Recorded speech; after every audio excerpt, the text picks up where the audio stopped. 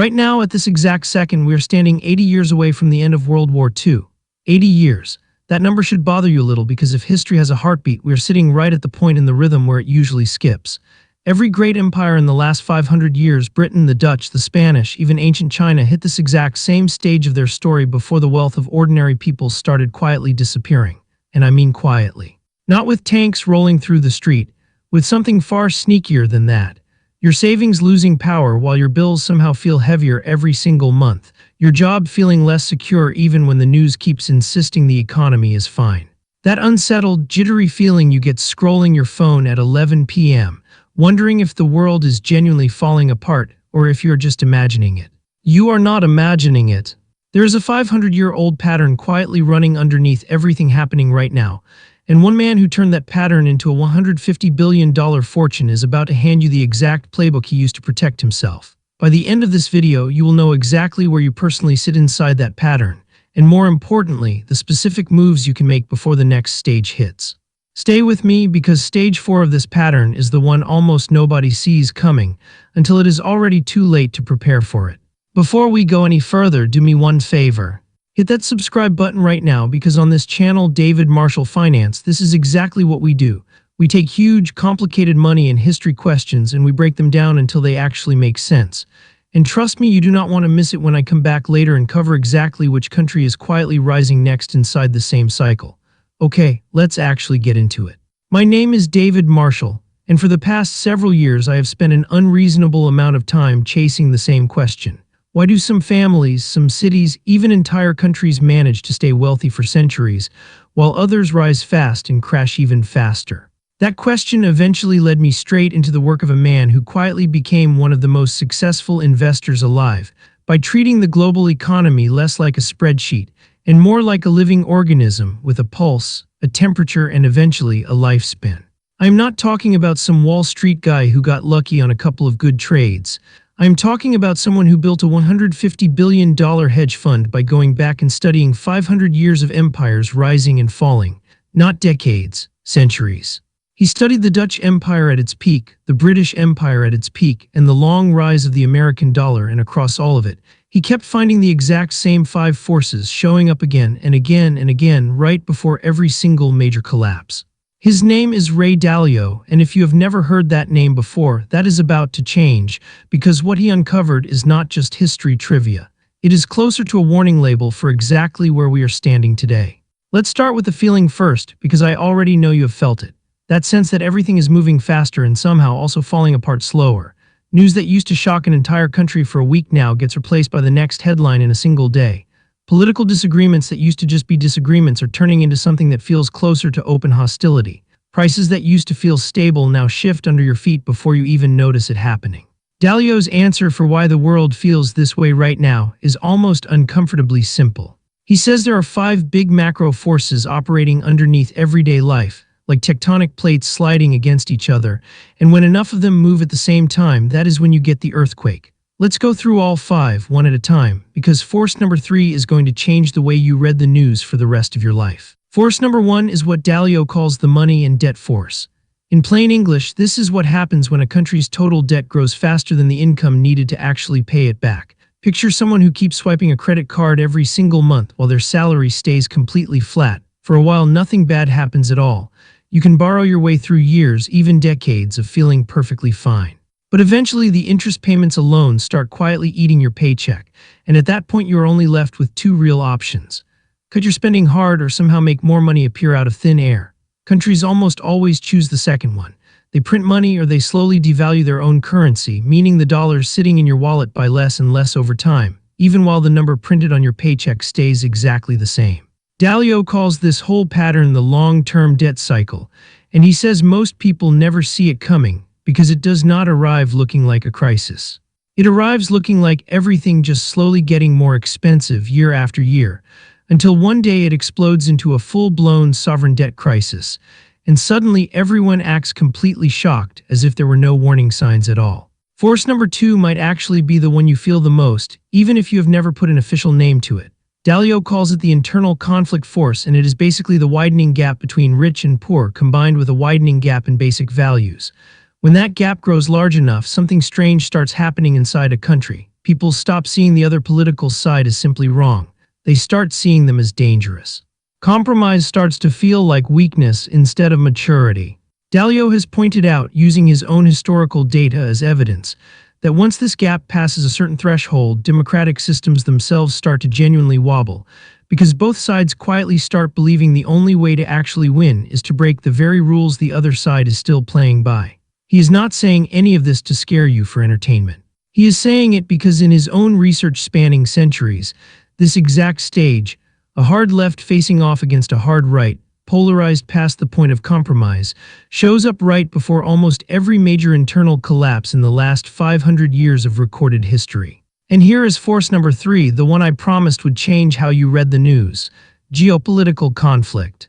This is what happens when a rising power starts seriously challenging an already established dominant power. Historically, one country tends to sit on top of the global order for a long stretch, controlling global trade, the world's reserve currency, and the strongest military, but nothing sits on top forever. Right now, Dalio points directly at the relationship between the United States and China as the modern version of this exact pattern playing out in real time, an established power that has been dominant for decades, going up against a rising power that is catching up fast in trade, in technology, and in military reach. So every time you read a headline about tariffs, trade restrictions, or rising military tensions somewhere in the Pacific, understand this. You are not reading a random, isolated news story. You are reading the exact same power transition pattern that already played out between Britain and a rising United States roughly 100 years ago, just wearing a completely different costume. Force number 4 is the one people almost always forget about because it feels far less like economics and far more like the Weather Channel. Acts of nature, droughts, floods, earthquakes, and pandemics. Dalio's research uncovered something genuinely unsettling here.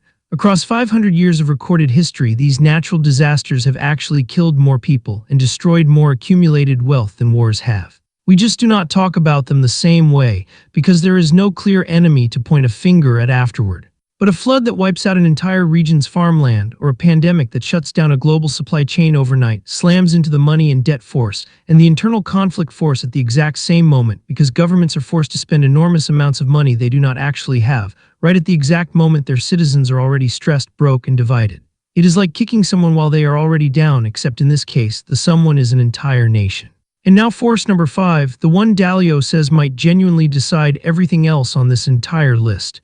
Man's inventiveness, meaning technology. Right now we are sitting inside a very real technology race between the United States and China, centered almost entirely around artificial intelligence and robotics.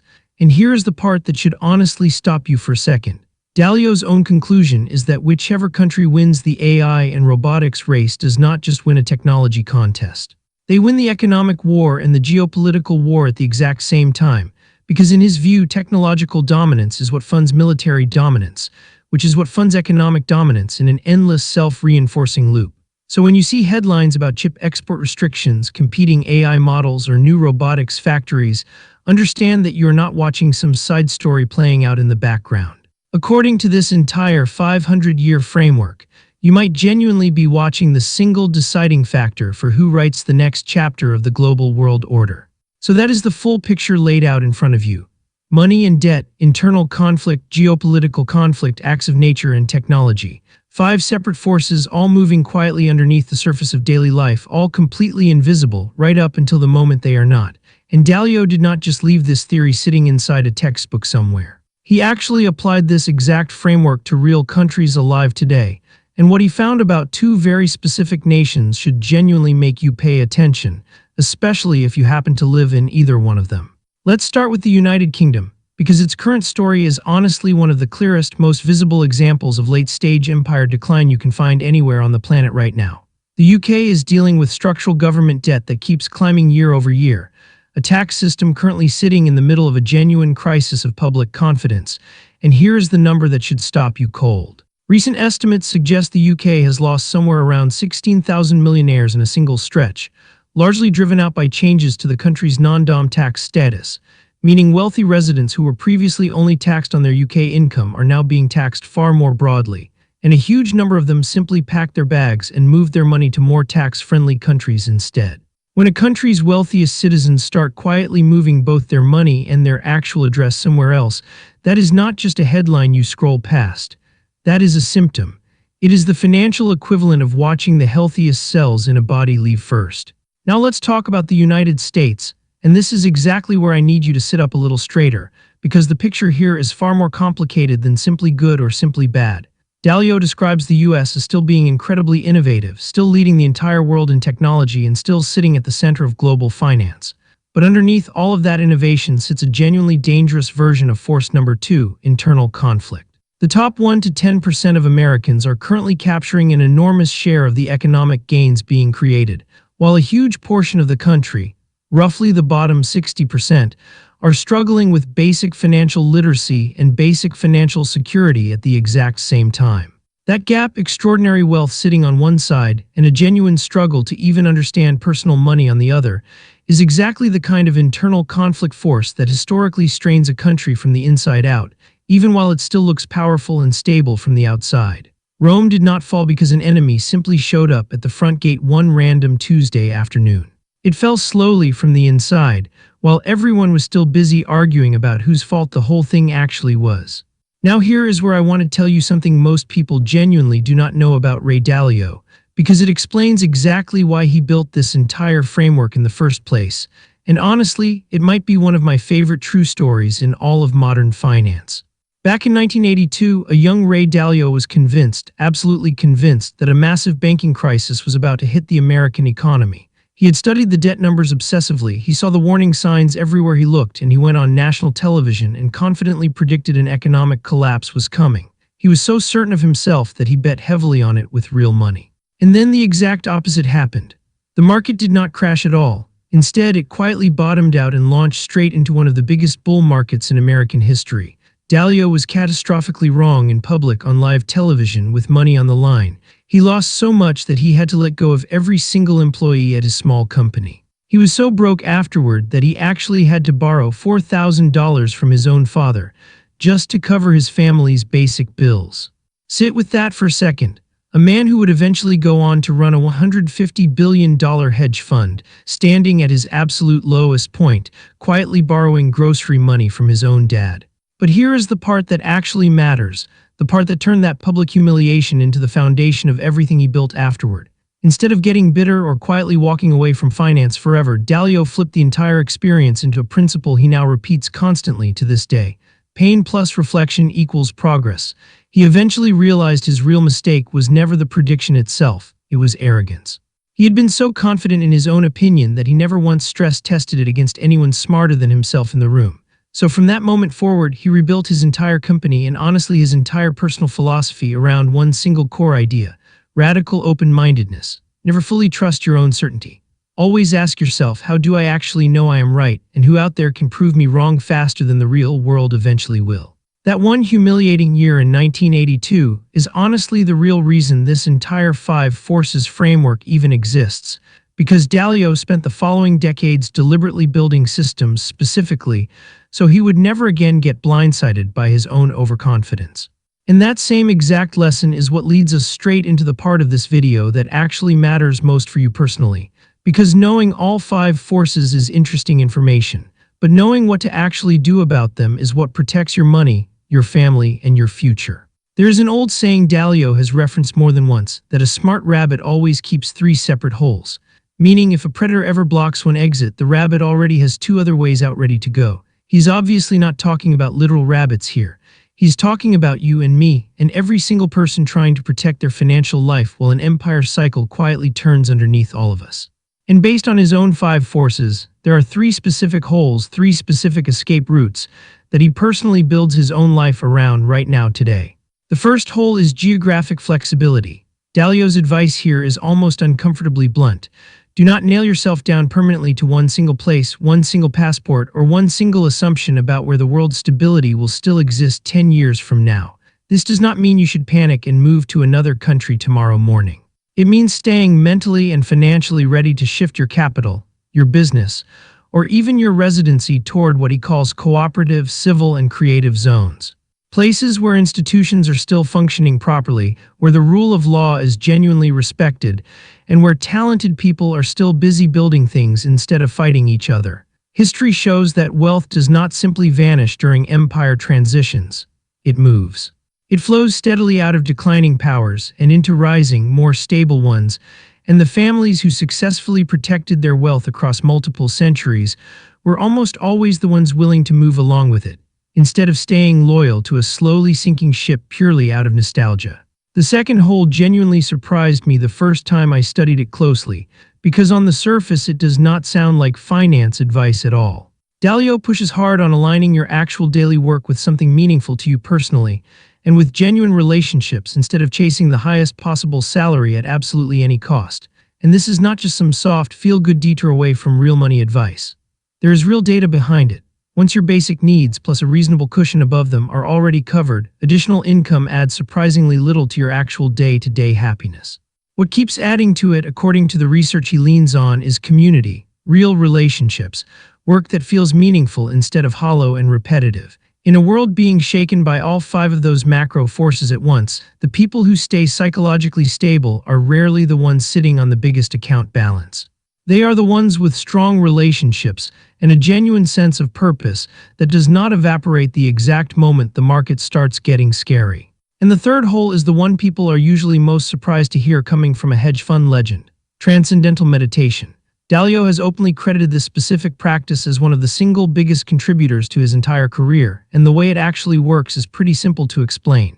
You sit quietly twice a day for around 20 minutes each time, and you silently repeat a mantra, which is simply a sound that carries no particular meaning at all. The entire point of a meaningless sound is that your conscious, thinking mind has nothing solid to grab onto, so instead of chasing one thought all the way down a rabbit hole, your mind slowly settles past ordinary surface-level thinking, into a state of deep, restful alertness underneath it. Dalio says this exact practice is what allows him to make enormous, high-stakes decisions from a calm, clear headspace instead of an emotional, reactive one. And when you're staring directly at five massive macro forces actively reshaping the entire global economy around you, the simple ability to stay calm enough to think clearly is honestly not some soft secondary skill. It might genuinely be the single most valuable financial skill that exists. That same obsession with clear, unemotional thinking is exactly why Dalio built his own company, Bridgewater Associates, around a culture that sounds almost brutal when you first read it on paper: radical truth and radical transparency. Meetings are recorded. Disagreements are expected to be said directly to a person's face, never quietly whispered behind their back afterward. And ideas are supposed to win purely because they are the best available idea, not simply because the loudest executive in the room happened to say them first. Dalio calls this an idea meritocracy, and the entire point of it is stripping ego and rigid hierarchy out of the decision-making process, so that the genuinely best answer wins, even if that answer comes from the newest, most junior person sitting in the room. Whether or not you ever end up running your own hedge fund, that one idea alone, judging arguments purely by their quality instead of by who happens to be speaking them, might honestly be one of the most useful mental habits you could steal for your own financial decisions going forward. If any part of this genuinely grabbed you today, Dalio himself has repeatedly pointed to a small handful of books that shaped how he personally thinks, and I think they are worth mentioning here, because they are not typical finance books at all. River Out of Eden by Richard Dawkins, which reframes evolution and the natural world in a way that quietly changes how you see long-term systems in general. Lessons from History by Will and Ariel Durant, a short, dense walk through patterns that repeat across literal centuries of human civilization, over and over again. And The Hero with a Thousand Faces by Joseph Campbell, which is actually less about money, and far more about the real psychological journey every single person goes through when they face genuine hardship, and eventually come out the other side completely changed. Honestly, that last book might explain Dalio's own 1982 story better than any finance book ever possibly could. So here is exactly where that leaves us. 5 macro forces quietly moving underneath the surface of the modern world right now. Money and debt, internal conflict, geopolitical conflict, acts of nature and technology, all actively pushing the United States and the United Kingdom into 2 very different chapters of the exact same historical story. And 3 specific holes: geographic flexibility, meaningful work paired with real relationships, and a calm, trained mind built through something as simple as transcendental meditation, standing as the closest thing available to a real protection plan against a cycle that has repeated itself for 500 straight years of recorded human history. Pain plus reflection equals progress. Decision-making is a 2-step process. First you learn, then you decide. Those two simple lines alone took a young, broke, publicly humiliated investor from borrowing $4,000 off his own father, all the way to running one of the largest hedge funds on planet Earth. I am David Marshall, and if this video genuinely helped you see the world a little differently today, do me a real favor and hit that subscribe button right now, because next time on David Marshall Finance, I am going to break down exactly which countries are quietly becoming the next rising powers inside this exact same cycle. And honestly, one of them might surprise you completely. I will see you in the next one.